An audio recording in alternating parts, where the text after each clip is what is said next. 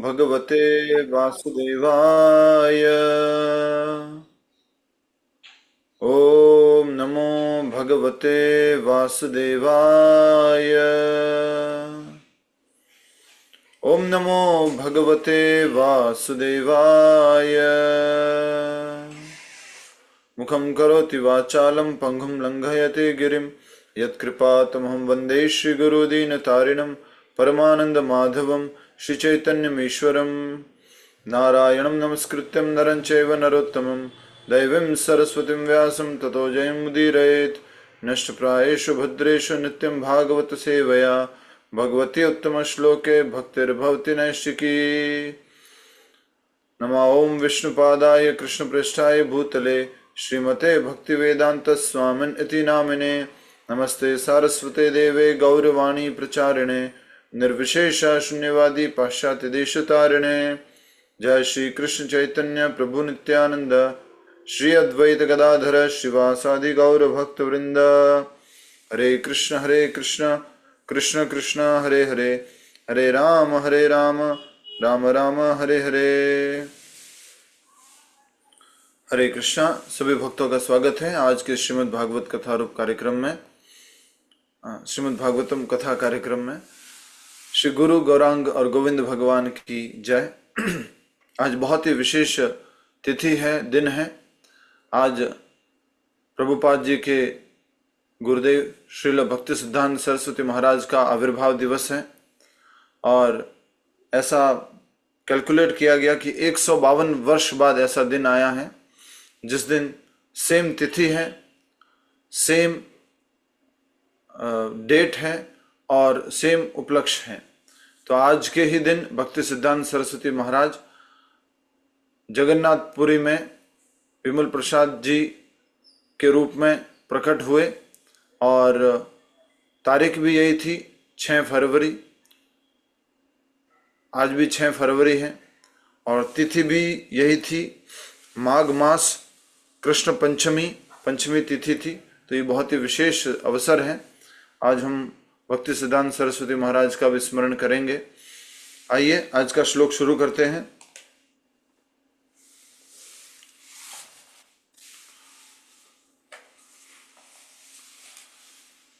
श्लोक में उच्चारण कर रहा हूं, आप लोग मेरे साथ साथ उच्चारण कीजिए। पहले श्लोक में से कर रहे हैं, शब्दार्थ में से। पार्थिवात् दारुणः धूमः तस्मात् अग्निः त्रयीमयः तमसः तु रजः तस्मात् सत्वं यत् ब्रह्म दर्शनम्। एक सेकेंड।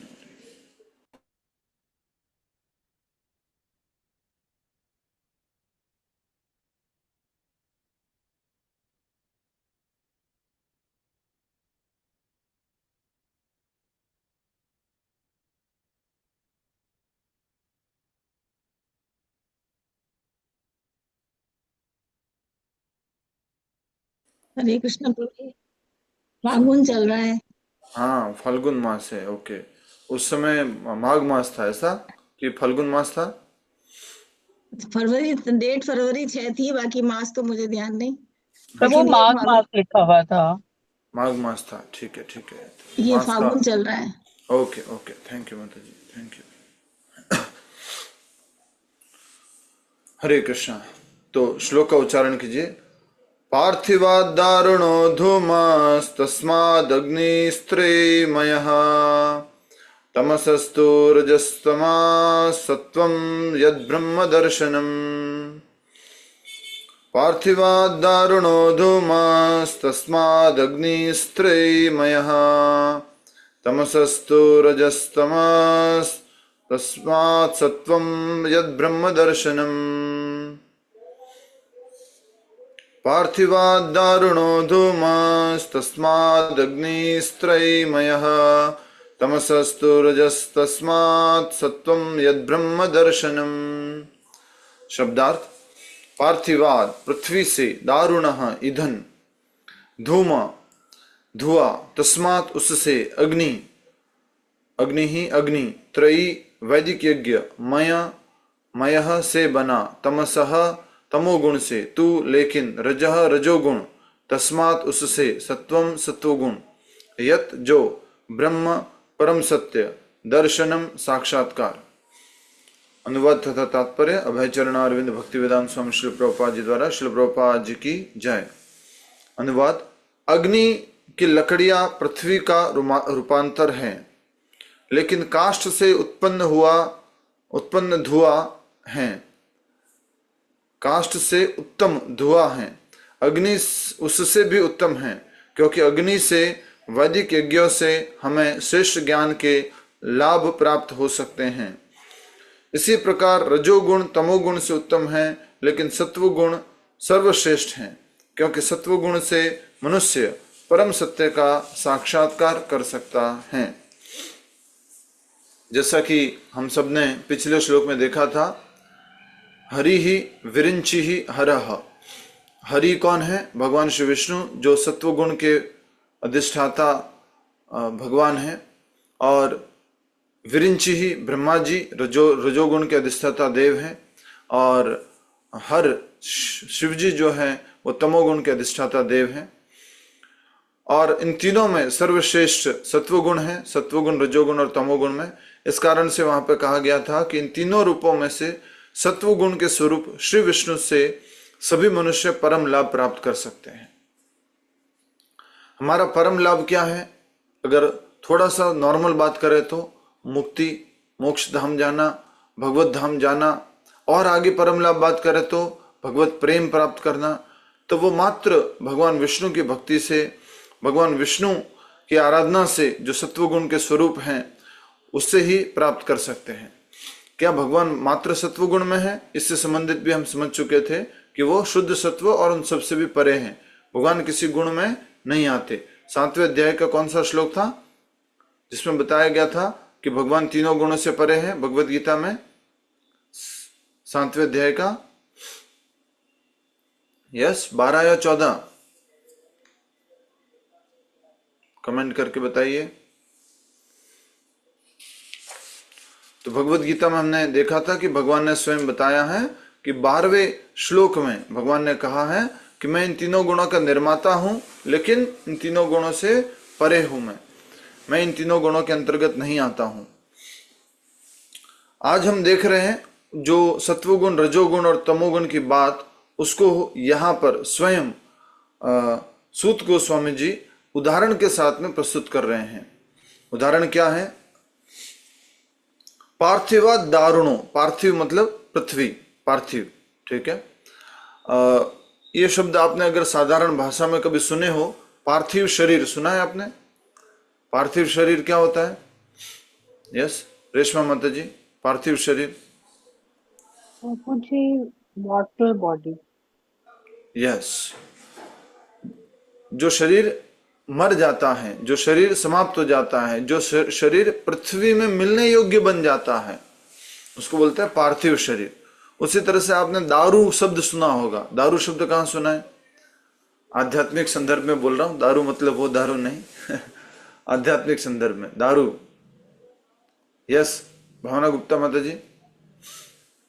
दारू प्रभु जी जगन्नाथपुरी में जो भगवान के जगन्नाथपुरी में जो भगवान जो जिस लकड़ी से प्रकट होते हैं उसको बोलते हैं दारू ब्रह्म। हर जो विग्रह बनाए जाते हैं, नए विग्रह बनाए जाते हैं भगवान के, उसको बोलते हैं दारू ब्रह्म।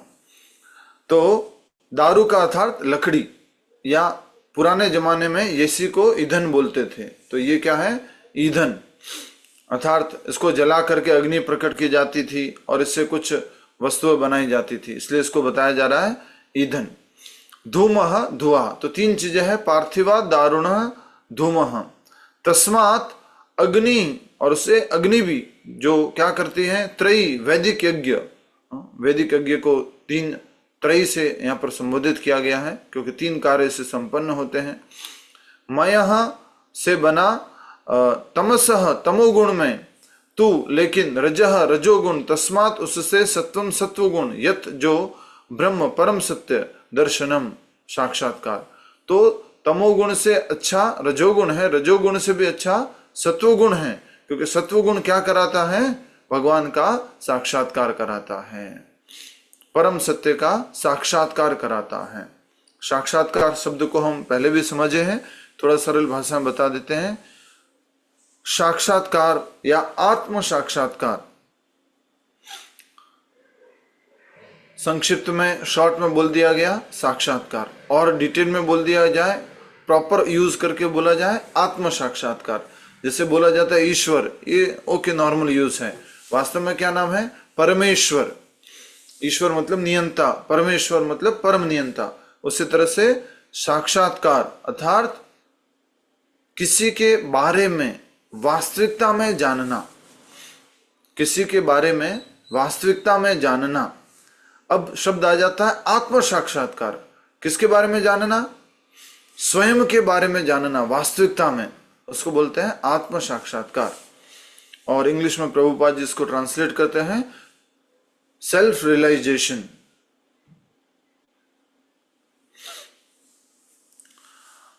तो यहां श्लोक में बताया जा रहा है सत्वगुण, रजोगुण और तमोगुण के उस सूत्र को समझाने के लिए कि अग्नि की लकड़ियां पृथ्वी का रूपांतर है। ठीक है, ये जो लकड़ी बनती है ये किससे बनी? पृथ्वी से बनी, पृथ्वी का ही एक रूप है। और लेकिन काष्ठ से उत्तम धुआं है, लकड़ी से उत्तम क्या है? धुआं है। और अग्नि उससे भी उत्तम है, अर्थात धुएं से भी उत्तम क्या है? अग्नि है। तो सरल भाषा में तुम समझ ही लिए कि सत्वगुण क्या हो गया, रजोगुण क्या हो गया, तमोगुण क्या हो गया। ठीक है, तो तमोगुण हो गया लकड़ी, रजोगुण हो गया धुआं, अग्नि क्या हो गया? सत्वगुण। तो अग्नि उससे भी उत्पन्न है, क्योंकि अग्नि से, वैदिक यज्ञों से हमें श्रेष्ठ ज्ञान के लाभ प्राप्त हो सकते हैं। इसी प्रकार रजोगुण तमोगुण से उत्तम है, लेकिन सत्वगुण सर्वश्रेष्ठ है, क्योंकि सत्वगुण से मनुष्य परम सत्य का साक्षात्कार कर सकता है। अब यहां पर एक सरल बात समझ लीजिए कि तमोगुण और रजोगुण जो है वो तो बाधा बनते हैं आत्म साक्षात्कार में। तमोगुण और रजोगुण बाधा बनते हैं आत्म साक्षात्कार में, लेकिन सत्वगुण जो है वो सहयोगी है, सहयोगी गुण। सहयोगी गुण समझते हैं आप? फेवरेबल। जैसे कोई एक बंजर भूमि होती है और एक उपजाऊ भूमि होती है, तो उपजाऊ भूमि क्या है? फेवरेबल है, सहयोगी भूमि है उस पेड़ को अंकुरित होने के लिए, उस बीज को अंकुरित होने के लिए। उसी प्रकार से सत्वगुण क्या है? सहयोगी गुण है। लेकिन क्या सत्वगुण परम सत्व है, परम शुद्ध सत्व है? नहीं, इससे भी ऊपर जाना है शुद्ध सत्व में। तो यहाँ पर एक तथ्य को समझाने के लिए, इस सत्वगुण और रजोगुण के दर्शन को समझाने के लिए उदाहरण दिया सूत गोस्वामी जी ने कि सत्वगुण श्रेष्ठ है क्योंकि सत्वगुण आत्म साक्षात्कार कराता है। और उदाहरण क्या दिया है? लकड़ी जो है पृथ्वी का रूपांतर है, और वो लकड़ी से श्रेष्ठ क्या है? धुआं। जब उसको जलाते हैं धुआं, और पहले तो धुआं प्रकट होता है और उसके बाद उससे भी श्रेष्ठ क्या है? धुएं से भी श्रेष्ठ, धुएं से भी श्रेष्ठ है अग्नि। इस बात को यहां पर प्रकट किया गया।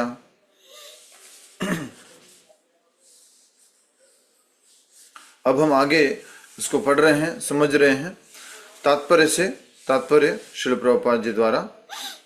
जैसा कि पूर्व में कहा जा चुका है, श्री भगवान की भक्ति में सेवा से ही इस भौतिक जगत के बद्ध जीवन से छुटकारा प्राप्त किया जा सकता है। इसके आगे यहाँ पर यह बताया गया है कि मनुष्य को सत्वगुण के पद तक ऊपर उठना होता है, जिससे वह श्री भगवान की भक्ति के योग्य बन सके। तो एक सरल बात यहाँ पर समझ में आती है कि अभी भी अगर हम भक्ति में पूरी तरह से मन नहीं लगा पा रहे हैं, जुड़ नहीं पा रहे हैं, उत्साह उत्पन्न नहीं हो पा रहा है, तो उसका एक कारण क्या है? हम सत्व गुण में स्थित नहीं हो पाए हैं। कहीं न कहीं रजोगुण और तमोगुण हमें अपनी ओर खींच रहा है। अगर हमें भगवान की भक्ति में उत्साह पूर्वक, निष्ठा पूर्वक, आसक्ति पूर्वक जुड़ना है तो हमें सत्वगुण में स्थित होना होगा।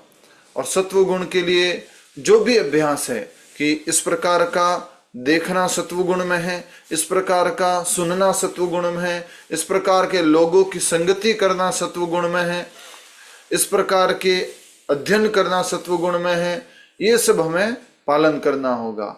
और ऐसी कुछ चीजें हैं जो रजोगुण और तमोगुण की तरफ हमें खींच के ले जाती हैं, उन चीजों को हमें अवॉइड करना होगा।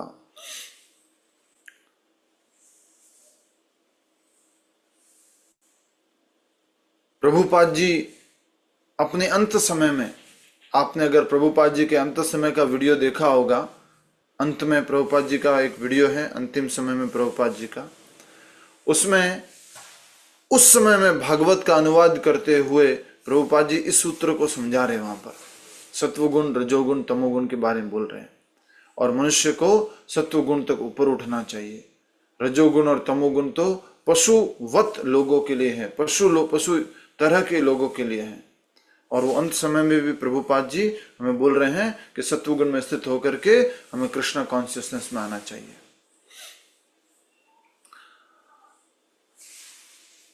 उसके लिए जो भी अभ्यास है वो हमें धीरे धीरे प्रयास करने चाहिए। अब यहां पर कहा जा रहा है तात्पर्य में प्रभुपाद जी द्वारा कि पूर्व में बताया गया श्री भगवान की भक्ति में सेवा से ही इस भौतिक जगत के बद्ध जीवन से छुटकारा प्राप्त किया जा सकता है। ठीक है, क्लियर है। भगवान की भक्ति करेंगे तो इस भौतिक बंधन से मुक्त हो जाएंगे, भगवत धाम जाएंगे, कृष्ण प्रेम प्राप्त करेंगे। इसके आगे यहां पर यह बताया गया है कि मनुष्य को सत्वगुण के पद तक ऊपर उठना होता है, जिससे वह श्री भगवान की भक्ति के योग्य बन सके।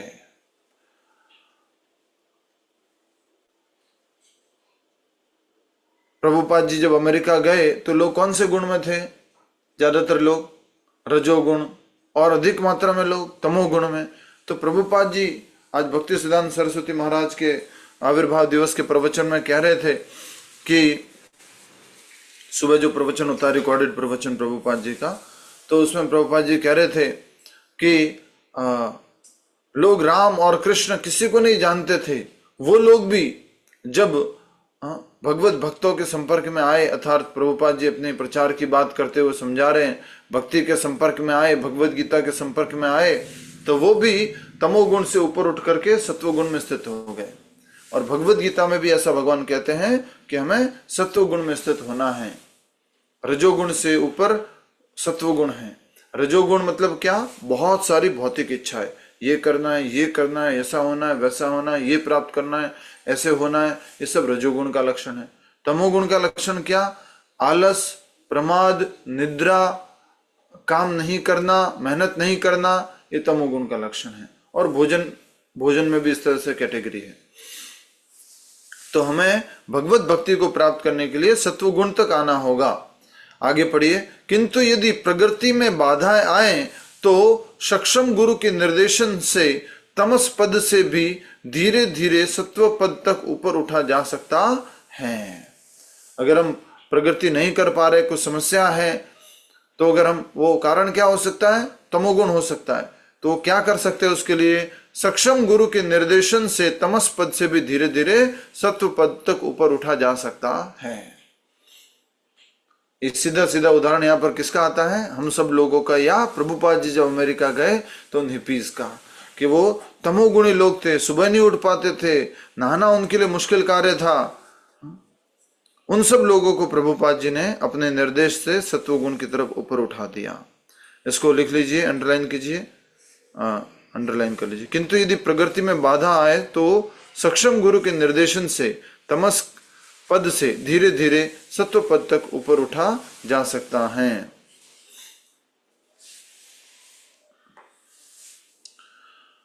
अतः निष्ठावान व्यक्तियों को चाहिए कि प्रगति के लिए प्रामाणिक दक्ष गुरु के पास जाए, जो उन्हें तमस, रजस या सत्व की किसी भी अवस्था से मुक्ति पद तक ले जा सके। प्रामाणिक गुरु हमें कहां तक ले जा सकते हैं? शुद्ध सत्व तक। सत्व गुण तो कैसा है? अनुकूल है, पर सत्व गुण से भी आगे बढ़ना है। भगवान ने क्या कहा है भगवत गीता में? सत्व गुण बांध देता है। श्लोक संख्या बताइए कौन सा है? ज्ञान और सुख से बांध देता है। सुख संगेन बदनाति, ज्ञान संगेन चानघ। भगवत गीता 14वां अध्याय श्लोक संख्या 6-7 कुछ देखिए, कौन सा है श्लोक संख्या? 14वां अध्याय, प्रकृति के 3 गुण। प्रकृति के 3 गुण नामक अध्याय, 14वां अध्याय।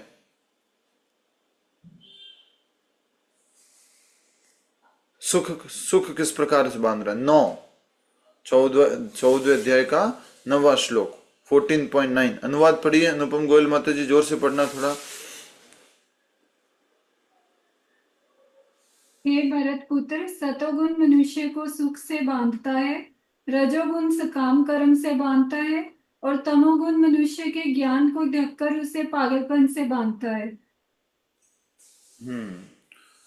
उसके पहले एक श्लोक आएगा माता जी, 2 श्लोक पहले उससे, ये तो सार हो गया। यस, 14.6 पढ़िए। हे निष्पाप, सतोगुण अन्य गुणों की अपेक्षा अधिक शुद्ध होने के कारण प्रकाश प्रदान करने वाला और मनुष्य को सारे पापों कर्मों से मुक्त करने वाला है। जो लोग इस गुण में स्थित होते हैं वे सुख तथा ज्ञान के भाव से बंध जाते हैं। यस, तो सत्व गुण अन्य गुणों से श्रेष्ठ है, लेकिन ये भी क्या करता है? बांधता है। किससे? सुख और ज्ञान के भाव से बांध लेता है। लोग कंफर्टेबल हो जाते हैं, कंफर्ट जोन में आ जाते हैं।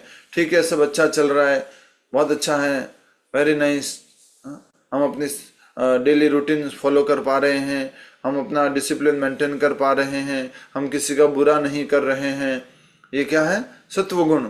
तो उसमें बंध जाते हैं, लेकिन भक्त जो है सत्व गुण से भी ऊपर उठना चाहता है। इसलिए कहा जा रहा है, अतः निष्ठावान व्यक्तियों को चाहिए कि प्रगति के लिए प्रमाणिक दक्ष गुरु के पास जाएं, जो उन्हें तमस, रजस या सत्व की किसी भी अवस्था से मुक्ति पद तक ले जा सके। अतएव यह मानना एक भूल होगी कि पूर्ण पुरुषोत्तम परमेश्वर के किसी भी गुण या किसी भी रूप की पूजा करना समान रूप से लाभप्रद होगा। इस बात को समझते हैं एक बार और। क्या कह रहे हैं कि अतएव यह मानना एक भूल होगी कि पूर्ण पुरुषोत्तम परमेश्वर के किसी भी गुण या किसी भी रूप की पूजा करना एक समान लाभप्रद होगा।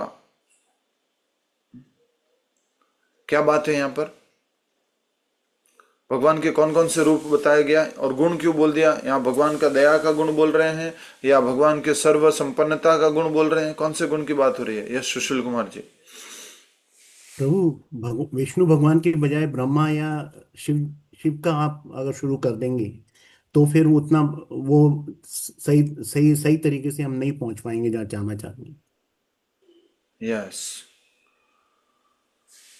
तो यहां पर बात कही जा रही है कि अतएव यह मानना एक भूल होगी कि पूर्ण पुरुषोत्तम परमेश्वर के किसी भी गुण, भगवान के कौन से गुण?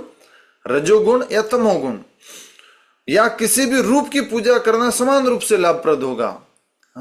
या तो विशेष करके जो पिछले श्लोक में बताया गया था, रजोगुण के अधिष्ठाता ब्रह्मा जी, तमोगुण के अधिष्ठाता शिव जी, सेम बेनिफिट होगा। ये एक प्रकार से भूल है।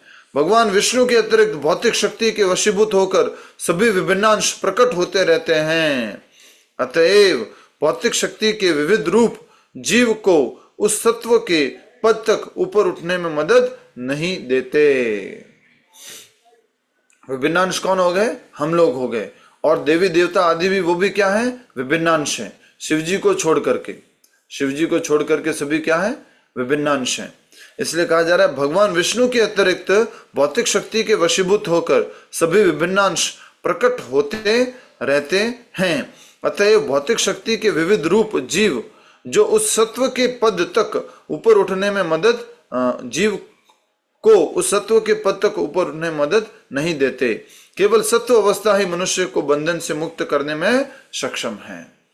सत्व गुण में आना होगा। इसलिए कई बार देखा गया है कि कोई भक्त है या कोई साधक है, वो लगता तो है बहुत समय से अभ्यास कर रहा है, नाम जप कर रहा है, लेकिन फिर भी उसके बहुत सारे अवगुण उसमें से गए नहीं हैं। गुस्सा करता है, गलत कार्य करता है, नाम जप कर लेता है, लेकिन बहुत सारी उसकी आदतें ऐसी है जो रजोगुण और तमोगुण वाली आदतें हैं, बहुत ज़्यादा पैशनेट है। ये सब धीरे धीरे धीरे धीरे जाता है, बहुत समय लगता है। इसलिए सत्व गुण पर ये भक्तिमय अभ्यास सहायक होता है। सत्व गुण पर आना चाहिए। किसी को कुछ समझ में नहीं आया तो बोलिए यहाँ पर, फिर हम आगे बढ़ेंगे। हाथ खड़ा कीजिए अगर कुछ समझ में नहीं आया। बहुत सरल है ये तो, ठीक है, क्लियर है। हाँ, नहीं समझ में आया? पूर्विका माता जी क्या नहीं आया? प्रभु जी कुछ समझ नहीं आ रहा। क्या नहीं आया? इसमें क्या था? प्रभु जी ये अतः निष्ठावान, हाँ, पता है प्रभु जी समझ नहीं आया। क्या मतलब वो तो बताइए, कहाँ पर?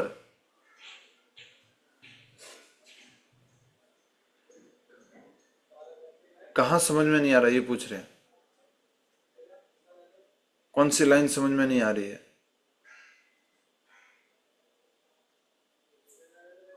ठीक है, ओके, कोई बात नहीं।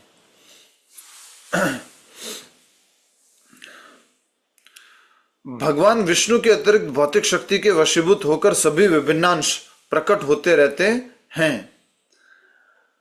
अतएव भौतिक शक्ति के विविध रूप जीव को उस सत्व के पद तक ऊपर उठने में मदद नहीं देते। केवल सत्व अवस्था ही मनुष्य को भवबंधन से मुक्त करने में सक्षम है। जीवन की असभ्य अवस्था या निम्न पशु जीवन तमोगुण द्वारा नियंत्रित होता है। मनुष्य की सभ्य अवस्था जिसमें उसे नाना प्रकार के लाभों की कामना रहती है, रजोगुणी अवस्था है। इस अवस्था में श्री भगवान की रंच मात्र अनुभूति हो पाती है, जो दर्शन, कला तथा चारित्रिक एवं नैतिक सिद्धांतों से युक्त संस्कृति के रूप में प्रकट होती हैं। किंतु सत्वगुण इससे भी उच्चतर भौतिक गुणावस्था है, जिससे परम सत्य के साक्षात्कार में वास्तविक सहायता मिलती है।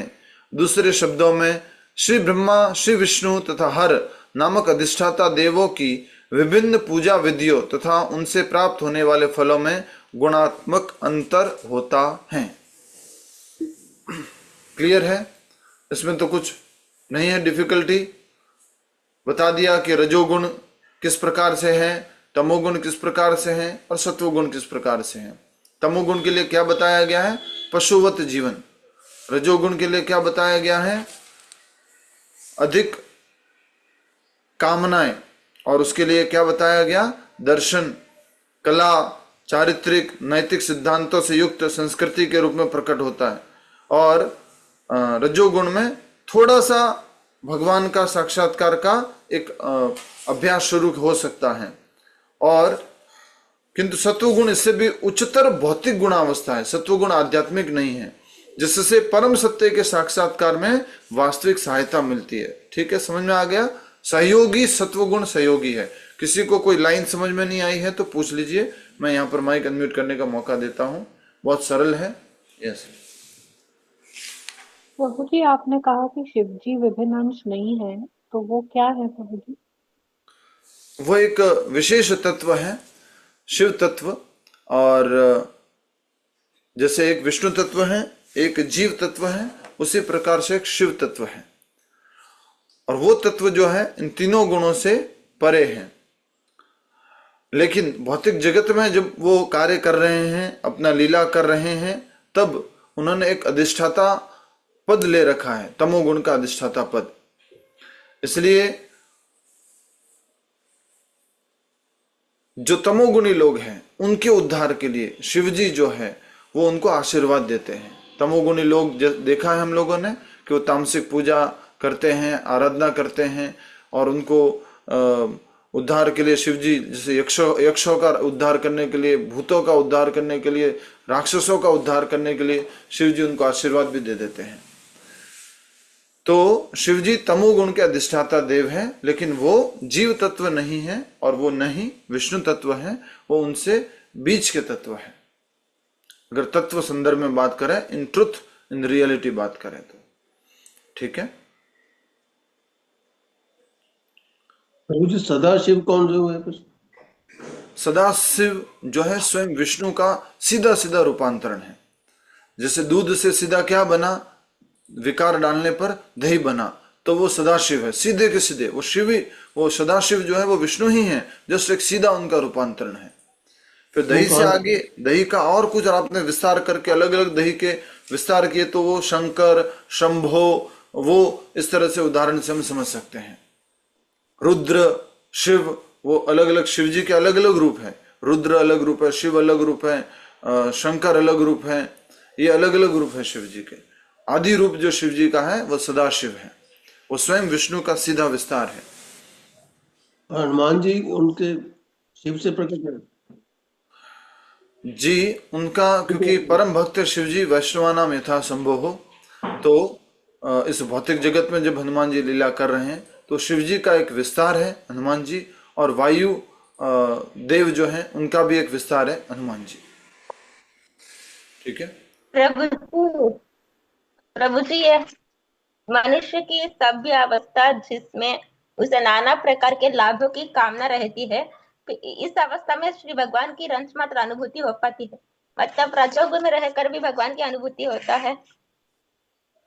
क्या करके? रंच मात्र लिखा है यहाँ पर, रंच, नया नया वो अभ्यास शुरू करता है। सभ्य अवस्था मतलब समझ गए, सिविलाइज्ड, वेल मैनर्ड। तो एक हो गया पशुवत जीवन जिसको बोला गया असभ्य अवस्था, और एक कौन सी है? सभ्य अवस्था। तो वो पशुवत जीवन नहीं जीता है, शास्त्रों के अनुसार जीवन जीता है, तो उसको थोड़ा सा एक रजोगुण के प्रभाव के अंतर्गत कि मुझे ये कार्य करना है, मैं ये पूजा करा दूंगा, मैं ये यज्ञ करा दूंगा, मैं यहाँ पर चला जाऊंगा, मैं इस तरह से ये सेवा करूंगा, ये रजोगुण के अंतर्गत भी वो थोड़ा सा भगवान के इस अभ्यास में, दर्शन में वो लग जाता है। लेकिन पूर्ण रूप से वो भगवान की भक्ति में आसक्त कब होगा? जब सत्व गुण में स्थित होगा। ठीक है, मैं आशा करता हूं समझ में आया आप सबको। ठीक है, सभ्य अवस्था, असभ्य अवस्था, रजोगुण, तमोगुण, ये सब समझ में आ गया है। हरे कृष्णा प्रभु जी। यस माता प्रभु जी, ये वैदिक यज्ञ को त्रयी जो कहा गया है, ये 3 कांड होते हैं, कर्म कांड, उपासना कांड और ज्ञान कांड। ज्ञान कांड, इसकी वजह से त्रयी। हरे कृष्णा। एग्जैक्टली मुझे मालूम नहीं कि ये त्रयी शब्द क्यों है। कोई आप में से और किसी को मालूम है तो बता सकते हैं, मैं उसको उत्तर को ढूंढ के बताऊंगा। ठीक है, अगर यही उत्तर है तो बहुत अच्छी बात है, बाकी मैं ढूंढ के बताता हूं। आगे बढ़ते हैं, श्लोक संख्या 25, और इस श्लोक में मुख्य शब्द ले लीजिए जो हमारा 24 वाला श्लोक था।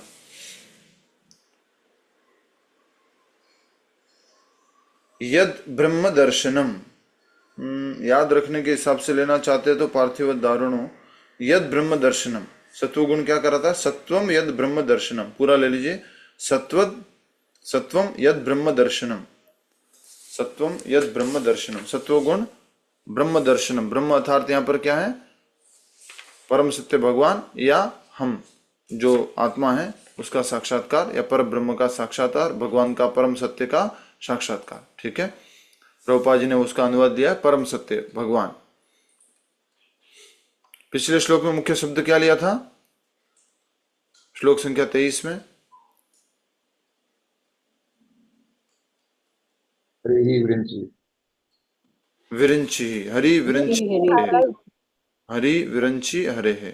ठीक है, हरि विरंची हरे है। हरि भगवान विष्णु, विरंची ब्रह्मा जी, और हरे शिव जी। श्लोक संख्या 25। हाँ, कुछ कह रहे प्रभु जी? हरे कृष्ण प्रभु जी। ये जो माता जी पूछते हैं कि ट्रेस जो शब्द है वो आया है, तो ये माने इसका दिया है अग्नि का, माने काष्ठ का।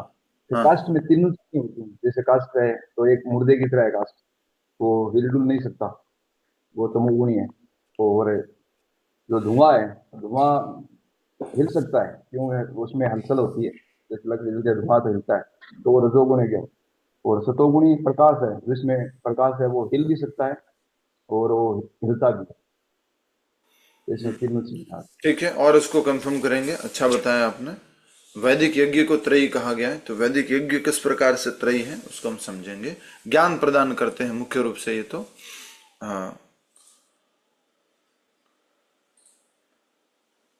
मुझे जहां तक समझ में आता है इसका उत्तर ये है, जैसे आपने नाम सुना होगा चतुर्वेदी, द्विवेदी और त्रिवेदी।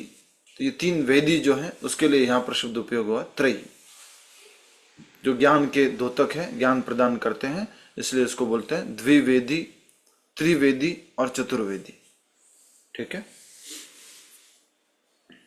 श्लोक संख्या 25 मैं उच्चारण कर रहा हूं, आप सब लोग अपने अपने स्थान पर उच्चारण करेंगे। शब्दार्थ में से भेजिरे मुनयः अथः अग्रे भगवन्तं अधोक्षजं सत्वं विशुद्धं क्षेमाय यह है भक्ति सिद्धांत कल्पन्ते। श्रील भक्ति विनोद ठाकुर, उनके पिता का नाम और उनकी माँ का नाम भगवती देवी था। जन्म के समय उनका नाम रखा गया था बिमला। लतिका माता जी क्या प्ले कर रहे हैं? उनका जन्म फरवरी 6, 1874 में हुआ था। आज माता जी पास में जो आपने वेबसाइट खोल रखी है ना, वो प्ले हो रही है। ठीक है। श्लोक में से भेजिरे मुनियोथाग्रे भगवन्तं अधोक्षजं सत्वं विशुद्धं क्षेमाय कल्पन्ते ये अनुतानिह।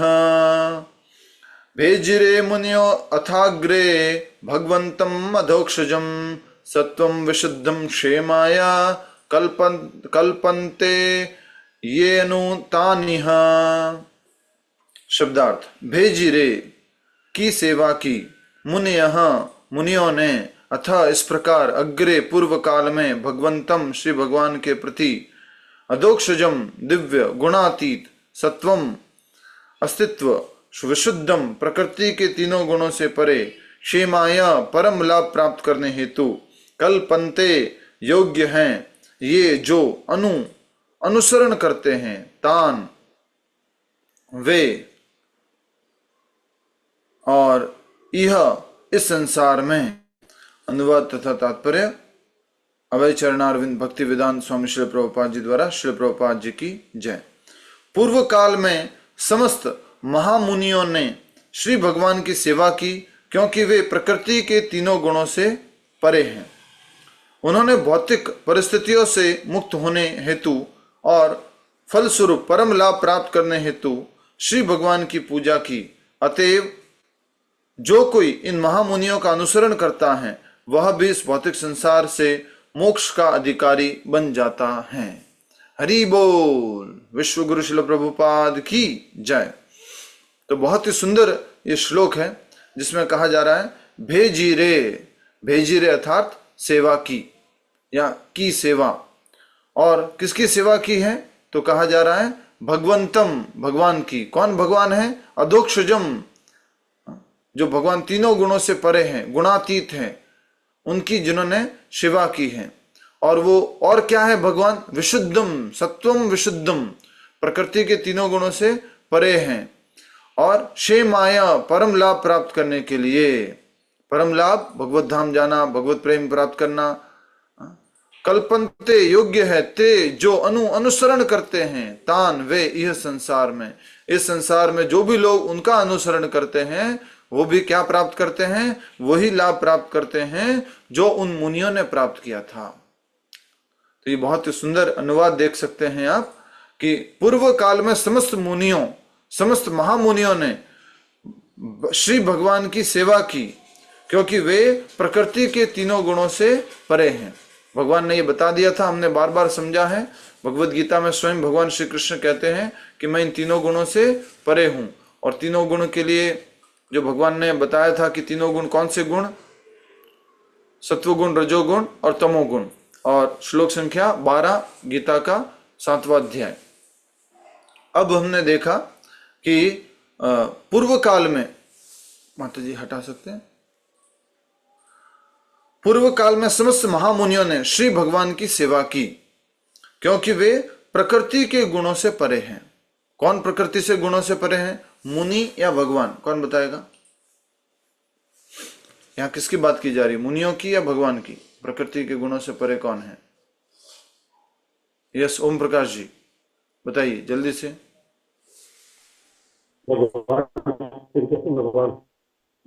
भगवान यस, भगवान। तो पूर्व काल में समस्त महामुनियों ने श्री भगवान की सेवा की क्योंकि वे प्रकृति के तीनों गुणों से परे हैं। प्रभु जी, अभी तो हमने देखा कि विष्णु जी सत्व गुण के अधिष्ठाता देव है, इसलिए उनकी पूजा करेंगे तो अधिक लाभ प्राप्त करेंगे, मनुष्य जीवन में परम लाभ प्राप्त करेंगे। अधिष्ठाता देव है और सत्व गुण क्या है, सहायक गुण है, लेकिन भगवान इस गुण के अंतर्गत नहीं आते हैं। ये हम बार बार कह रहे हैं, भगवान इन गुणों के अंतर्गत नहीं आते। तो पूर्व काल में समस्त महामुनियों ने श्री भगवान की सेवा की क्योंकि वे प्रकृति के तीनों गुणों से परे हैं। उन्होंने भौतिक परिस्थितियों से मुक्त होने हेतु और फलस्वरूप परम लाभ प्राप्त करने हेतु श्री भगवान की पूजा की। क्या शब्द आया पूजा करने के लिए? पूजा करने के लिए क्या शब्द आया, या सेवा करने के लिए क्या शब्द आया है? भेजीरे। भेजीरे अर्थात सेवा की, पूजा की। मुनियों ने जो भगवान श्री हरि विष्णु जो शुद्ध सत्व है, परम शुद्ध सत्व है, शुद्ध सत्व है, जो तीनों गुणों से परे हैं, उनकी सेवा की क्योंकि वे प्रकृति के तीनों गुणों से परे हैं। ठीक है, पहला क्या, भगवान प्रकृति के तीनों गुणों से परे हैं, अधोक्षज हैं, और भौतिक परिस्थितियों से मुक्त होने हेतु तथा और फलस्वरूप परम लाभ प्राप्त करने हेतु। परम लाभ के लिए क्या शब्द उपयोग किया गया है? शे माया भगवंतम अधोक्षजम। उसके बाद क्या आया है? सत्वम विशुद्धम शे माया। और वो परम भगवान जो सत्व है, शुद्ध सत्व में है, प्रकृति के तीनों गुणों से परे हैं, और परम लाभ प्राप्त करने के लिए इन मुनियों ने भगवान श्री विष्णु की जो तीनों गुणों से परे हैं उनकी पूजा की। अतएव जो कोई इन महामुनियों का अनुसरण करता है, कल्पन्ते ये अनुतानी, कल्पन्ते योग्य है, कल्पन्ते योग्य है। कौन है? हम सब लोग जो भी इन महामुनियों के अनुसरण कर रहे हैं। तान यह इस संसार में जो कोई भी है लोग, वो योग्य है। किसके योग्य है? परम लाभ प्राप्त करने के योग्य है। क्या करने मात्र से? इन मुनियों का अनुसरण करने मात्र से।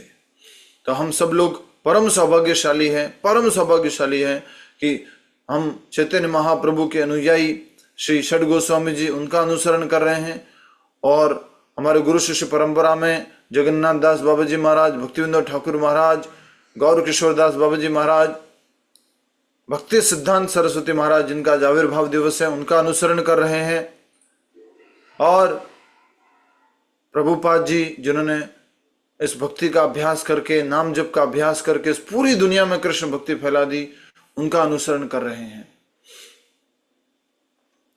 आज प्रवचन में प्रभुपाद जी कह रहे थे भक्ति सिद्धांत सरस्वती महाराज के इस आविर्भाव दिवस के उपलक्ष्य में प्रवचन में कि भक्ति यथार्थ या भक्त अथार्थ या वैष्णव अथार्थ पर दुख दुखी।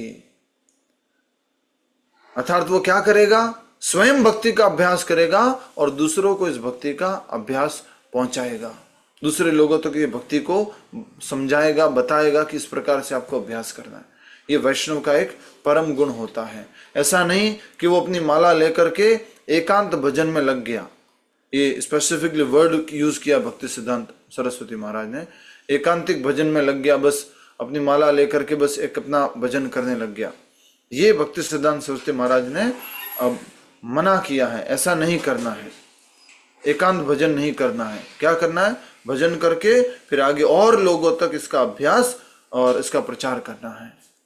ठीक है, बहुत सरल श्लोक है। हमें अब क्या करना है? सिंपल अनुसरण करना है, और जिसने अनुसरण कर लिया उसको भी वही लाभ प्राप्त होगा जो हमें प्राप्त हो रहा है। अब अनुसरण किस आधार पर कर रहे हैं? हमें रिसर्च करने की आवश्यकता नहीं है। क्या रिसर्च करना है कि परम भगवान कौन है, सत्व गुण में स्थित कौन है, भक्ति किनकी करनी चाहिए? रिसर्च किसने कर लिया है? रिसर्च किसने कर लिया है? महामुनियों ने कर लिया है, और करके उन्होंने अभ्यास किया है। हमें उनके मार्ग का अनुसरण करना है। ये हमारे लिए एक सरलतम विधि दी गई है। तात्पर्य, धर्माचरण का उद्देश्य भौतिक लाभ प्राप्त करना या आत्मा और पदार्थ के अंतर का सरल ज्ञान अर्जित करना नहीं है। धार्मिक अनुष्ठानों का परम उद्देश्य अपने आप को भौतिक बंधन से मुक्त करना और उस दिव्य जगत में स्वतंत्र जीवन पुनः प्राप्त करना है जहां श्री भगवान ही प्रधान रहते हैं। अच्छा लग रहा है समझ करके, पढ़ करके अच्छा लग रहा है कि देखिए हम कहां भटक रहे थे इतने समय से, खाली पूजा को, आराधना को, सेवा को यही ले रखा था कि मुझे भौतिक सुख मिल जाए, भौतिक सुविधाएं मिल जाए, लाभ मिल जाए, यही सब चीजों में भटक रहे थे।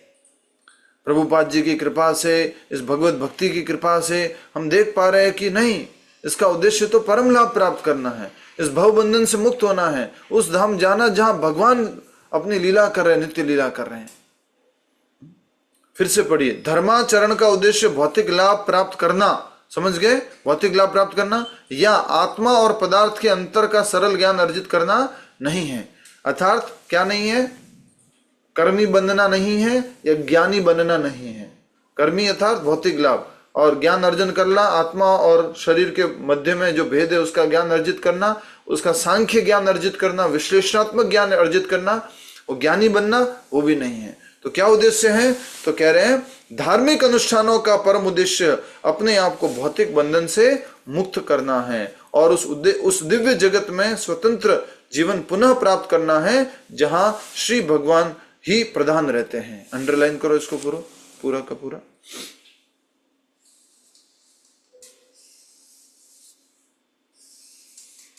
अब आप में से कोई मुझे बता सकता है 5 धार्मिक अनुष्ठान बताइए, कोई भी धार्मिक अनुष्ठान 5, 1 2 3 4 ऐसे करके, 1 2 बोलो, 2 बोलो, 3 बोलो, मैं दूसरे सब लोगों को बोलूंगा। यस, कोई एक जना हाथ खड़ा करो, फिर आगे बढ़ते हैं फटाफट जल्दी से। धार्मिक अनुष्ठान, यस शिल्पा माता जी। Yes, next. यज्ञ करना। यज्ञ करना, यस। भावना गुप्ता माता जी। जप करना। जप करना नहीं। यस, अरुण भट्ट जी। श्वेता जी। धार्मिक अनुष्ठान, यस। हरे कृष्ण प्रभु जी। तप। हाँ, तप करना, ओके। और कोई बताइए धार्मिक अनुष्ठान जो हमारे प्रतिदिन या गृहस्थ जीवन में बहुत बार अनुष्ठान देखे गए हैं। यस, बोलिए माता जी। अनीता माता जी आप बोल रहे हैं? अनीता देसाई माता जी आप बोलिए।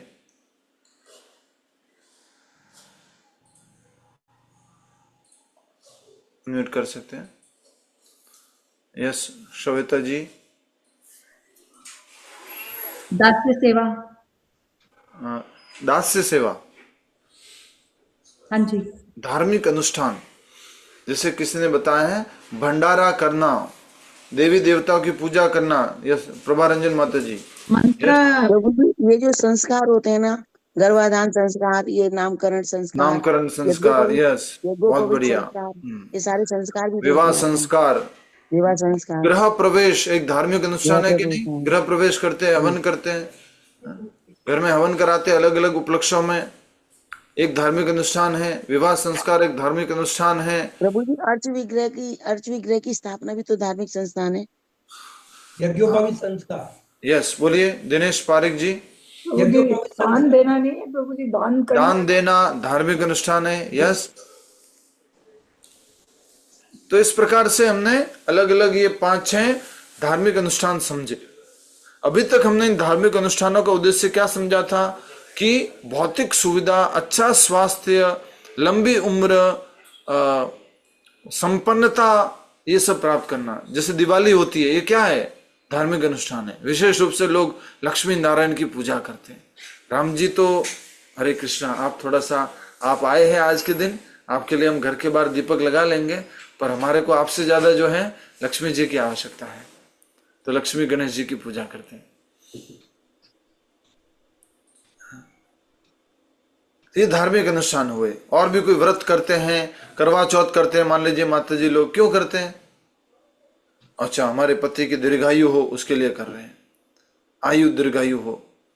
तो अब हमें मान लीजिए धार्मिक अनुष्ठान हमने छोड़े नहीं है, व्रत करना, उपवास करना अगर हमने छोड़ा नहीं है, तो क्या करना है? हमें कैसे भी करके इन उपवासों का उद्देश्य किसको बनाना है? कृष्ण को बनाना है, कृष्ण की प्रसन्नता, कृष्ण की संतुष्टि। और इसलिए यहां पर कहा जा रहा है कि धार्मिक अनुष्ठानों का परम उद्देश्य अपने आप को भौतिक बंधन से मुक्त करना और उस दिव्य जगत में स्वतंत्र जीवन पुनः प्राप्त करना जहां श्री भगवान ही प्रधान रहते हैं। मुख्य रूप से वहां पर कौन है? भगवान श्री कृष्ण। उस धाम को जाना। आगे, अतएव धार्मिक नियमों का संचालन स्वयं श्री भगवान द्वारा होता है तथा धर्म का उद्देश्य महाजनों अर्थात श्री भगवान के अधिकृत प्रतिनिधियों के अतिरिक्त और कोई नहीं जानता। या तो भगवान जानते हैं, भगवान के महाजन जानते हैं, या भगवान के प्रतिनिधि जो है अधिकृत प्रतिनिधि। अच्छा एक बात बताओ, आपके घर में जो भी दुर्गा पूजा या गणेश पूजा या दिवाली पूजा होती है, वो आप कहीं अलग से सीख के आए थे या आपके पिताजी ने या आपकी माताजी ने या आपकी सासू माँ करती थी इसलिए आप कर रहे हैं? जी, इसी रीजन से इसलिए कर रहे हैं ना, उन्होंने सिखाया इसलिए कर रहे थे। इसको बोलते हैं अनुसरण करना। क्या ये गलत है? बिल्कुल गलत नहीं है। क्या ये बहुत अच्छी है? जी बहुत अच्छी है। अब इसी बात को अगर हम ये समझ जाए कि जिस प्रकार से ये कर्म कांड, पूजा, घर में दिवाली पूजा, आराधना हम पीढ़ी दर पीढ़ी माता पिताजी से सीख लिए, सूर्य भगवान को अर्घ्य देना है या जो तुलसी जी की पूजा करनी है या कुछ उत्सव आदि पर जो है दान करना है, ये सब हमने सासू माँ से या माँ से या पिताजी से सीखा। हनुमान चालीसा पढ़ना है या ओम जय जगदीश हरे आरती गाना है, ये सब उन्होंने उनसे सीख लिया। अगर इसी तरह हमने अपने जीवन में भगवत भक्ति कर ली, भगवत भक्ति कह रहा हूं यहां पर मैं नया शब्द उपयोग कर रहा हूं, पूजा पाठ नहीं, भगवत भक्ति कर ली और हमने एक नया स्टैंडर्ड सेट कर लिया, आगे आने वाली पीढ़ियां उसको क्या करेगी? फॉलो करेगी, जाने अनजाने फॉलो करेगी। अच्छा मेरी सासू माँ ने ऐसा नियम सिखाया था कि रसोई में जाने से पहले माला के ऊपर एक माला हरे कृष्ण जप करना है।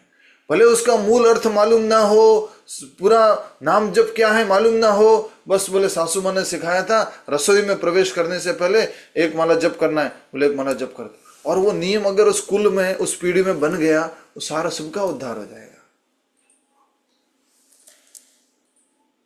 ये भगवान कृष्ण जो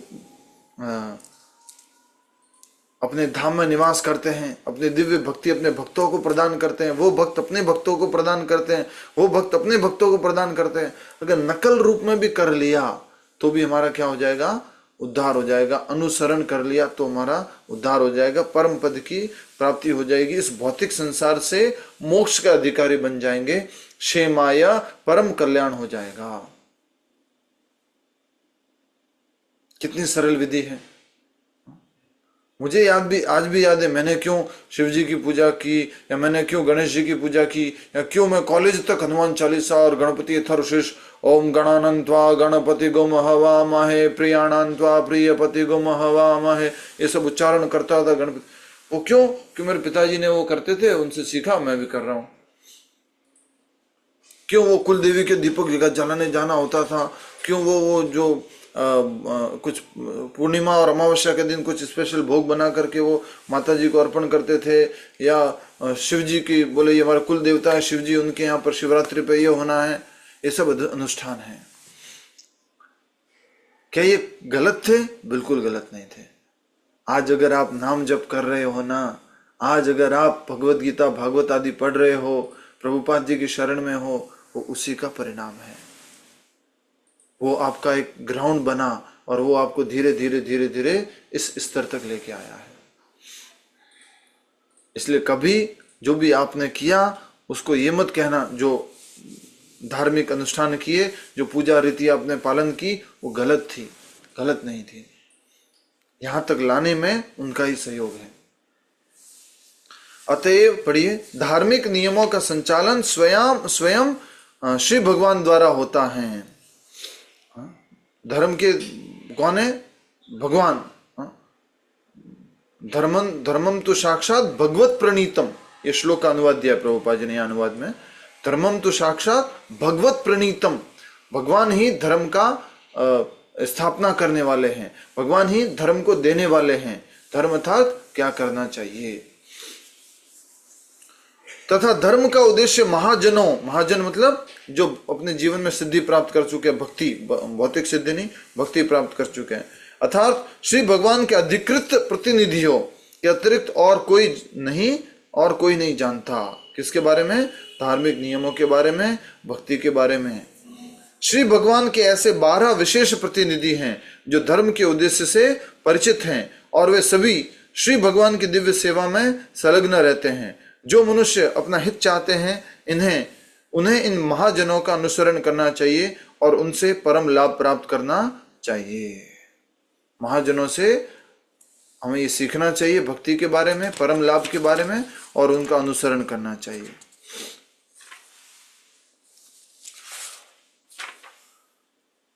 किसी के मन में प्रश्न आ रहा है कि ये है कौन 12 महाजन? ये प्रश्न आना चाहिए। स्वयंभू शंभु नारदः कपिलस युधिष्ठिरो भीष्मः। श्लोक याद है किसी को? लिख के भेज दिया संतोष गोयनका जी ने। ब्रह्मा, नारद, शिव, कुमार, कपिल, मनु, प्रहलाद, जनक, भीष्म, बलि और स्वयं यमराज। यमराज भी 12 महाजन में आते हैं। और सुखदेव गोस्वामी जी, ये 12 महाजन हैं। श्लोक याद है माता जी? प्रभा माता जी, यस, बोलिए। स्वयंभू नारदा शंभु कुमार कपिलो मनु प्रहलादो जनको भीष्मो बलिर व्यासकी वायम बलिर व्यासकी वयम। मैं खुद, मैं अपना कह रहे हैं। ये बोलने वाले कौन है? यमराज जी बोल रहे हैं। तो यमराज जी कह रहे वयम। स्वयंभू, स्वयंभू कौन है? ब्रह्मा जी। शंभु कौन हो गए? शिव जी। इसके बाद नारद है। नारद जी। स्वयंभू, नारद, शंभु। शंभु कौन हो गए? शिव भगवान, शिव। तो इस प्रकार से भीष्म, कपिल, जनक, मनु, ये सब क्या है? 12 महाजन हैं। इनके द्वारा जो स्थापित सिद्धांत हैं, उनको अगर हम पालन करेंगे तो हम परम पद को, परम सिद्धि को, परम लाभ को प्राप्त करेंगे। तो आज बहुत ही क्लियर रिवीजन कर लेते हैं हम फटाफट से 2 श्लोकों का। इससे पहला श्लोक था जिसमें ये बताया गया था कि पृथ्वी से ही लकड़ी निकलती है, लकड़ी से ऊपर जो है धुआं है, जल जाता है तो उसका सूक्ष्म रूप क्या बन जाता है? धुआं। और उसका सूक्ष्म रूप क्या बन जाता है? और शुद्ध रूप वो क्या है? लकड़ी में तो क्या क्या है? पानी भी है, और क्या है? पृथ्वी है, और क्या है? थोड़ा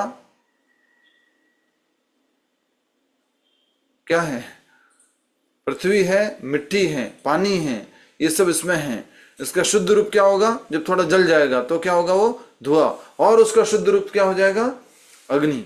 तो इसलिए कहा जा रहा है कि सत्वगुण से तमोगुण से ऊपर रजोगुण, रजोगुण से ऊपर सत्वगुण।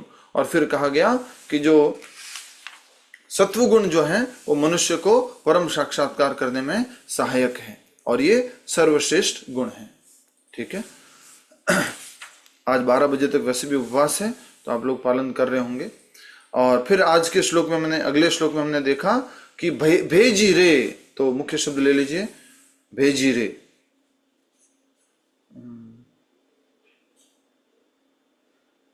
एक और शब्द है कल्पन्ते अनुतानिह, बट भेजी रे लेते थे, भेजी रे। भगवंतम अधोक्षजम, ये कुछ शब्द याद रखना, बार बार आएंगे। भगवंतम, भगवान, अधोक्षजम, तो तीनों जो अ से अक्षर तक की श्रृंखला से परे हैं, अपने इंद्रियों की समझ से परे हैं, उनको अधोक्षज कहा जाता है। ठीक है। तो अगर महामुनियों जिन्होंने भगवान श्री कृष्ण की पूजा की, परम लाभ प्राप्त करने के लिए, भौतिक परिस्थितियों से मुक्त होने के लिए उनके चरणों का अनुगमन करेंगे, उनका अनुसरण करेंगे, तो हम भी इस भौतिक संसार से मोक्ष के अधिकारी बन जाएंगे, हम भी मुक्ति के अधिकारी बन जाएंगे। ठीक है। ये 2 श्लोक हमने समझे। और धार्मिक अनुष्ठानों का उद्देश्य क्या है? परम पद को प्राप्त करना, या इसे भौतिक जगत से मुक्त होकर के दिव्य आध्यात्मिक जगत को जाना। अब हम कुछ चर्चा कर लेते हैं भक्ति सिद्धांत सरस्वती महाराज से संबंधित। और सुशील प्रभु जी ने आज कुछ लिख के भेजा है, तो उसको हम पढ़कर समझाने की कोशिश करते हैं। कृष्ण कौन है? स्वयं भगवान है। आप बताएंगे? सुशील प्रभु। यस। नहीं प्रभु, मेरे कुछ क्वेश्चंस हैं यही जो कल हमने श्लोक किया था, तो आपको आज नहीं तो फिर कल डिस्कस कर सकते हैं प्रभु। हाँ ठीक है, अब प्रश्न पूछिएगा। कृष्ण क्या है? स्वयं भगवान। और उनके विस्तार क्या हो गए? बलराम जी मूल तत्व। और बलराम जी का मुख्य कार्य क्या है? सेवा करना। बलराम जी को क्या बोला जाता है? सेवक भगवान।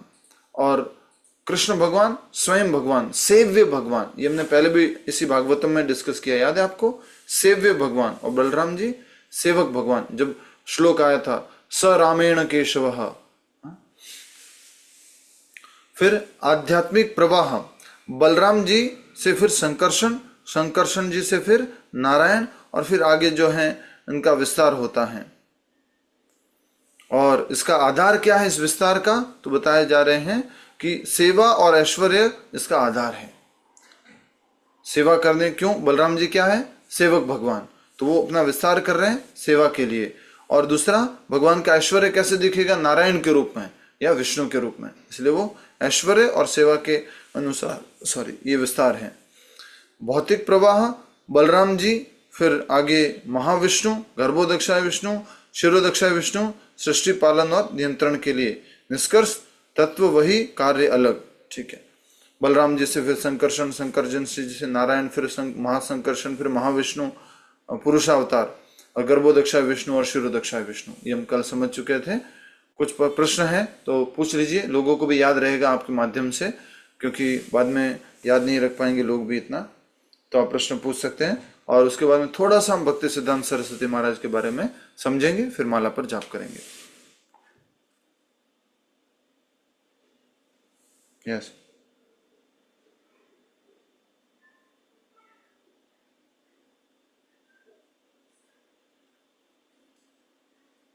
सुशील प्रभु बोलिए।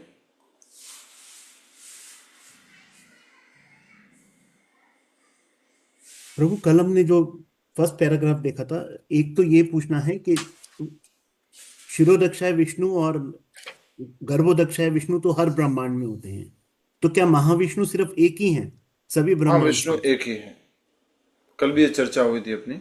महाविष्णु एक ही है, गर्भोदक्षाय विष्णु और शिरोदक्षाय विष्णु अलग अलग ब्रह्मांडों में अलग अलग तरह से स्थापित है।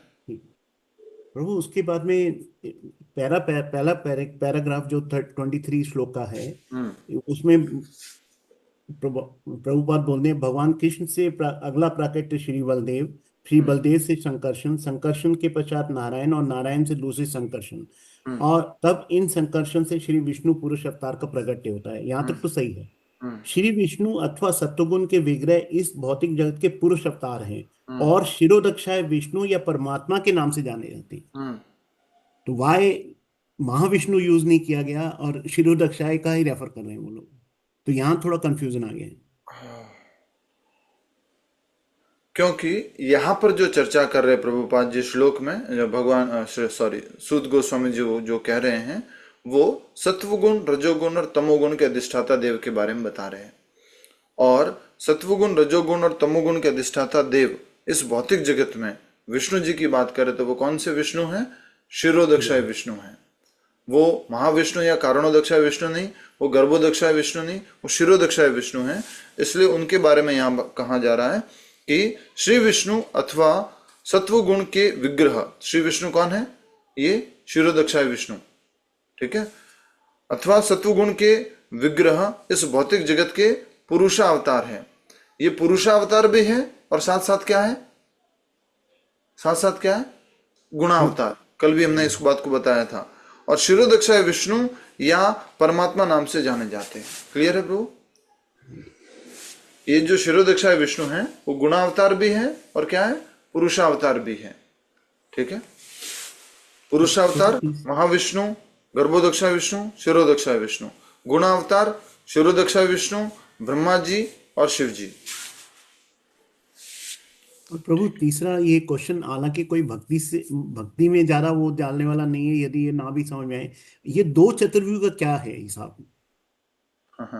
जैसे एक पहला चतुर्व्यूह और एक दूसरा चतुर्व्यूह, आज तक ये क्वेश्चन मतलब बहुत परेशान करता है।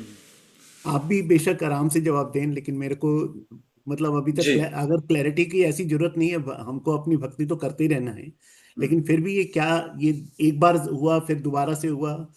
आज मैं सुबह भी भावना जी से बात कर रहा था इस बारे में। मैंने जो इस बारे में श्रवण किया था, जो याद आ रहा है, उस आधार पर भी बता सकता हूँ, और भी थोड़ा इसमें चर्चा कर सकते हैं बाद में, कि आध्यात्मिक जगत का जो विस्तार है, उसमें जो कुछ भी संचालन, सेव्य, ऐश्वर्य का जो कार्य है, वो प्रथम चतुर्व्यूह के माध्यम से हो रहा है। और भौतिक जगत में जो सारा विस्तार है, उसकी जो सारी संरचना है, उसके बारे में सारा जो पालन का कार्य करना है, सृष्टि का कार्य करना है, उसके लिए ये द्वितीय एक्सपेंशन है। और ये इसी से, द्वितीय एक्सपेंशन से, द्वितीय क्वाड्रुपल एक्सपेंशन से ही ये आगे जो है पुरुषावतार प्रकट होते हैं। ऐसा श्रवण किया था, और हम इसको अच्छे से पढ़ करके मालूम कर सकते हैं। लॉजिकल लगता है प्रभु, ये इट्स क्वाइट लॉजिकल। दूसरा जो त्रयी का बताया था, मैंने बोला था कि मेरी समझ त्रयी की ये है, और भी आपने किसी ने बताया कि 3 वेद भी हो सकते हैं, तो यस, उसको भी हम समझ लेंगे कि क्या था। यस, पूर्विका माता जी बोलिए, किसी का कोई भी प्रश्न पूछ सकते हैं, माइक अनम्यूट करके। और भक्ति सिद्धांत सरस्वती बोलिए। प्रभु जी, ये धार्मिक अनुष्ठान आपने कहा, धार्मिक अनुष्ठानों को कृष्ण भक्ति से जुड़ना एक ऐसा है, मतलब तो जी देवी मान लीजिए आपके घर में कोई पूजा- देवी पूजा हो रही है, मान लीजिए अभी शिवरात्रि आएगी आपके घर में। अब शिवरात्रि आएगी, सब लोग शिव जी का पूजन करेंगे, घर में भी उपवास रखेंगे, भोग लगाएंगे, धार्मिक अनुष्ठान है। क्या करना है इस समय में? तो शिव जी को प्रसन्न करने के लिए खूब अच्छे से उपवास कीजिए, खूब बढ़िया उनकी पूजा कीजिए, सेवा कीजिए। उद्देश्य क्या रखिएगा? उद्देश्य रखिएगा कि हे शिव, हे पार्वती मैया, कृपया करके आप मुझे भगवत सेवा में प्रेरित करें, भगवान की भक्ति में और मेरी निष्ठा और रुचि बढ़ाए। ये प्रार्थना होनी चाहिए, ये उद्देश्य होना चाहिए। आपकी भगवत भक्ति में प्रोग्रेस जो है, वो सारे के सारे कार्यों का उद्देश्य होना चाहिए। ओके प्रभु। यस। और कोई प्रश्न है? माइक कोई भी अनम्यूट कर सकता है अब। यस। हरे कृष्णा प्रभु जी। हरे कृष्ण माता जी। मेरे को सही समझ में आ रही है। हाँ माता जी। जैसे भौतिक विषीभूत होकर सभी विभिन्न नाश प्रकट होते हैं, अतः भौतिक शक्ति से विविध रूप से जीव को उस तत्व के पास तक ऊपर उठने में मदद देते हैं। इसका कैसे ऊपर उठ सकते हैं प्रभु जी, भौतिक शक्ति से? भौतिक शक्ति से भगवान श्री कृष्ण की, विष्णु की भक्ति करके हम इस भौतिक जो रजोगुण और तमोगुण इनके प्रभाव से ऊपर उठ सकते हैं। ओके प्रभु। ठीक है प्रभु जी। हाँ जी माता जी। प्रभु जी, यहाँ पे श्लोक पे ना, यहाँ लिखा हुआ है अदोक्षजम, तो अदोक्षम यहाँ लिखा हुआ है गुणातीत, और विशुद्धम भी गुणातीत, तीनों गुणों से परे। तो अदोक्ष वही नहीं हो गया इंद्रियों से परे? अदोक्षज जो है उसका विशेष रूप से उपयोग होता है गुणातीत, अर्थात हम सब लोग तो गुणों के अंतर्गत है, हम नहीं समझ सकते भगवान। और शाब्दिक अर्थ है अ और अक्षर के बीच में कितना भी ज्ञान हो हमारे को, हम अपने ज्ञान से भगवान को नहीं समझ सकते, इनकंसीवेबल। पर हमने पहले जो पढ़ा था अदोक्षजम मींस इंद्रियों से परे, तो हम दोनों ही वर्ड लर्न कर सकते हैं। यस माता जी। ओके प्रभु जी, थैंक यू। हरे कृष्ण।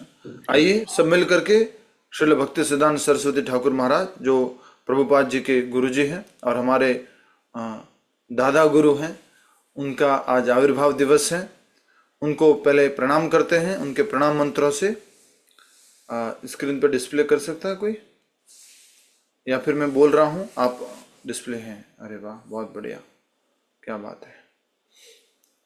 तो कृपया करके प्रणाम मंत्र आप दोहरान करेंगे। मैं एक भक्त से निवेदन करूंगा आप में से जो दोहरान करेंगे, किसी को अभ्यास है इन प्रणाम मंत्रों का, वो दोहरान कीजिए मेरे बाद स्क्रीन पे। आप सबको एक नया टास्क दे रहा हूं, आप में एक नया टास्क, एक नई सेवा आप सभी के लिए। आपको आपके अपने सारे पूर्वाचार्यों का प्रणाम मंत्र याद होना है, ठीक है? आपको आपके सारे पूर्वाचार्यों का प्रणाम मंत्र याद होना है। दूसरा, पहले बता चुका था, शिक्षा अष्टकम याद होना है। तीसरा, राधा गोविंद देव जी, राधा गोपीनाथ जी और राधा मदन मोहन जी का प्रणाम मंत्र आपको याद होना है। संबंध, अभिधेय और प्रयोजन के ये तीनों के प्रणाम मंत्र है, तो ये याद होना है। ठीक है, ये हम पहले अभ्यास कर चुके हैं पूर्व की क्लासेस में। अब फिर से हम आपको निवेदन कर रहे हैं, आप कोशिश कीजिएगा। और आप अगर वृंदावन चंद्रोदय मंदिर का लाइव देखते हैं, डेली आरती अगर लाइव अटेंड करते हैं, और नहीं करते तो निवेदन करूंगा कि लाइव आरती अटेंड किया करो। मंगला आरती 4:30 बजे, दर्शन आरती 7:15 बजे, संध्या आरती शाम को 8 बजे शयन आरती, और 9:25 पे शयन दर्शन होते हैं। लाइव दर्शन किया करो, घर पे अपने टीवी पे बड़ी स्क्रीन पे लगा लिया करो। हर बुधवार को ये प्रणाम मंत्र उच्चारण होते हैं, हर बुधवार के दिन ये सारे प्रणाम मंत्र उच्चारण होते हैं। तो मेरे बाद कौन उच्चारण करेंगे, किनको अभ्यास है थोड़ा सा प्रणाम मंत्रों का?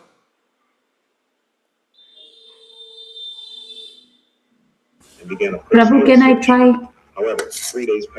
प्रभु मेरा अभ्यास है। श्वेता माता जी, आप कह रहे हैं? प्रभु जी कैन आई ट्राई? हाँ ठीक है, आप बोलिएगा मेरे बाद में। सभी लोग, बाकी लोग अपना माइक बंद रखिए। थोड़ा यहाँ पे वर्डिंग हिंदी में है ना, थोड़ा गलत हो सकता है, ये इंग्लिश टू हिंदी ट्रांसलेशन है, तो मैं जो बोल रहा हूँ उसको ध्यानपूर्वक सुनिएगा। जी प्रभु। नमः ओम विष्णुपादाय, नमः ओम विष्णुपादाय, कृष्ण पृष्ठाय भूतले, कृष्ण पृष्ठाय भूतले, श्रीमते भक्ति सिद्धांत, श्रीमते भक्ति सिद्धांत, सरस्वती इति नामिने। सरस्वती इति नामिने। अनुवाद: मैं कृष्ण कृपा श्री मूर्ति भक्ति सिद्धांत सरस्वती गोस्वामी श्रील प्रभुपाद के चरणों पर सादर प्रणाम अर्पण करता हूँ। भगवान श्री कृष्ण के चरण कमलों का पूर्ण आश्रय लेने के कारण वे अत्यंत प्रिय हैं। अगला, श्री वार्ष भानवी देवी, श्री वर्ष भानवी देवी, दैताय कृपाब्धये, दैताय कृपाध्याय, दैताय कृपाब्धये, दैताय कृपाबधाय, यस, कृष्ण संबंध विज्ञाना, कृष्ण संबंध विज्ञाना, दायिने प्रभवे नमः, दायिने प्रभावे नमः, प्रभवे नमः, प्रभवे नमः। जी, ये इंग्लिश से हिंदी अनुवाद है, इसलिए थोड़ा डिफिकल्ट होगा इसमें। मैं जो बोलूंगा उसकी तरफ ध्यान दीजिएगा।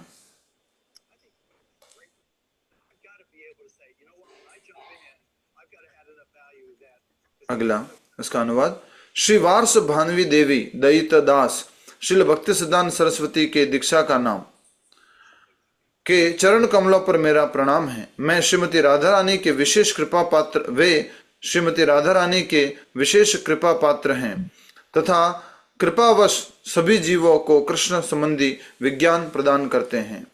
अगला, माधुर्योज्वल प्रेमाढ्य, माधुर्योज्वल प्रेमाध्य, श्री रूपानुग भक्तिदा, श्री रूपानुग भक्तिदा, श्री गौर करुणा शक्ति विग्रह, श्री गौर करुणा शक्ति, श्री गौर करुणा शक्ति, विग्रहाय नमोस्तुते, विग्रहाय नमोस्तुते, जो श्री चैतन्य महाप्रभु की करुणा शक्ति के मूर्तिमान स्वरूप हैं, भक्ति सिद्धांत सरस्वती महाराज, जो श्री राधा कृष्ण की माधुर्य भावयुक्त भक्ति प्रदान करते हैं और जो श्रील रूप गोस्वामी प्रदत्त भक्ति मार्ग का पूर्ण पालन करते हैं, मैं उन श्रील भक्ति सिद्धांत सरस्वती ठाकुर प्रभुपाद को सादर प्रणाम करता हूं।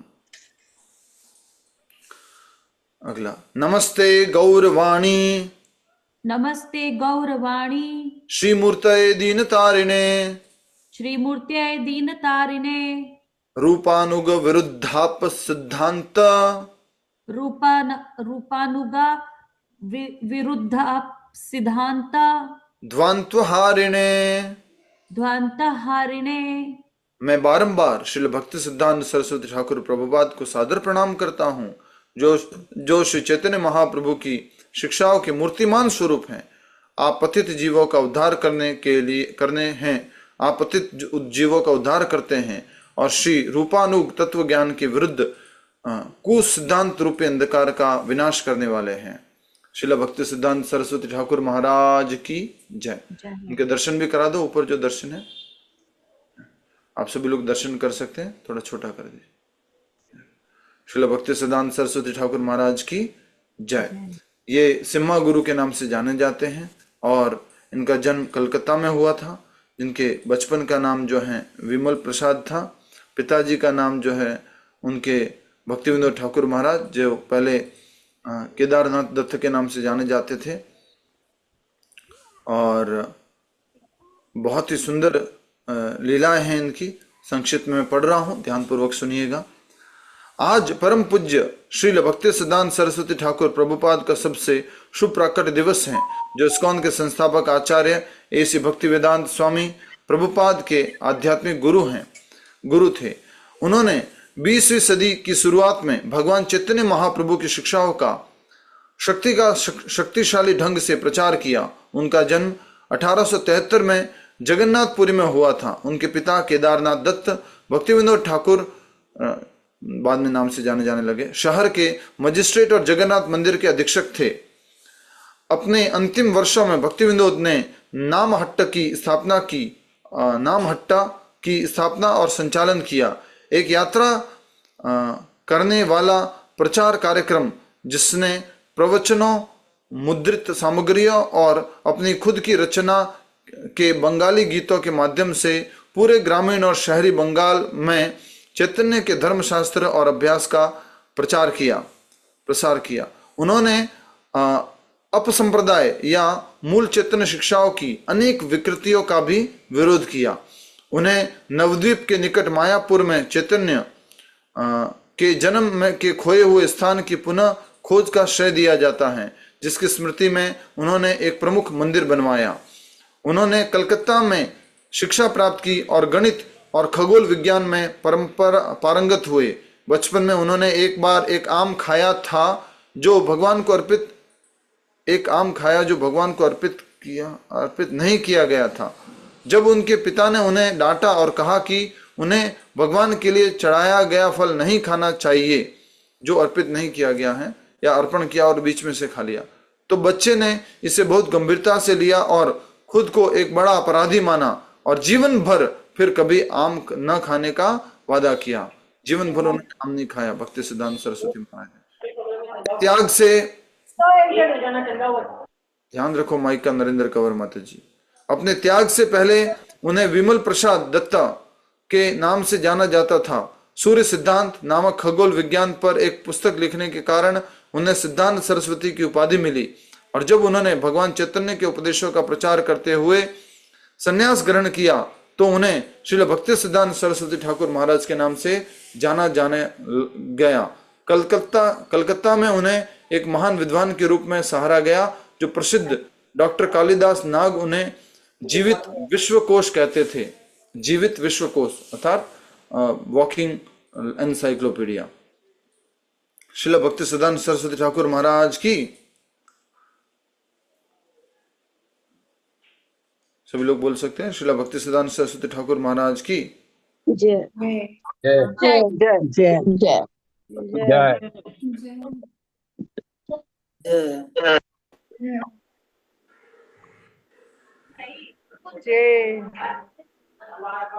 हरे कृष्णा। धन्यवाद। स्क्रीन शेयरिंग ऑफ कर दीजिए। अभी हम माला जप करेंगे।